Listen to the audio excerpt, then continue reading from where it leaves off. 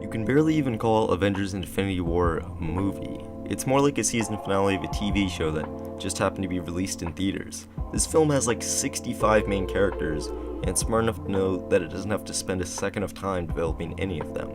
The movie uses the MCU format to its advantage, and that it gives the viewer the responsibility to know who the characters are and what they do.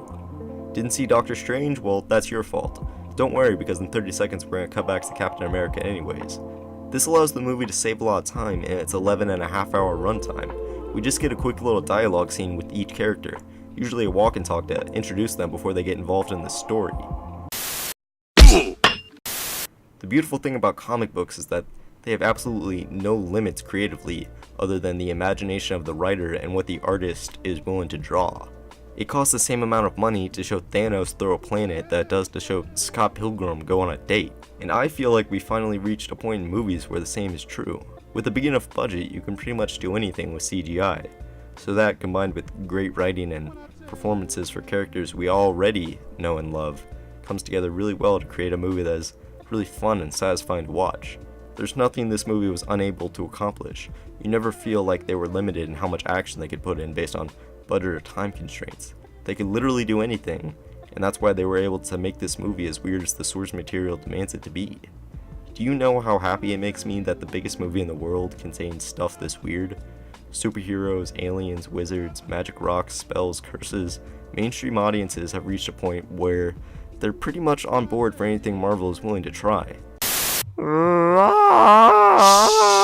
There's always so much going on in the movie that it never really has an excuse to be boring. Well before you begin to feel bored with the Thor scene, we cut to what Iron Man is up to, and when you're about to be bored of that, we cut to Captain America.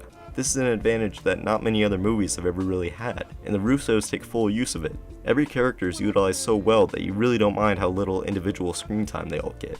If you told me a month ago that I was going to find Scarlet Witch and Vision's relationship really compelling, I would have said, what are you, crazy? Who are you, Margot Kidder?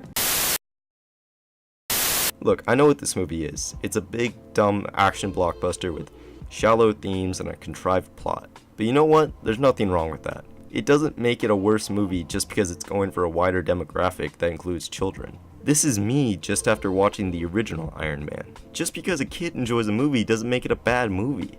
And yeah, I'll admit that kids are dumb, but that doesn't mean everything they like is dumb. I mean, if you don't believe me that kids are dumb, this is also me in 2008.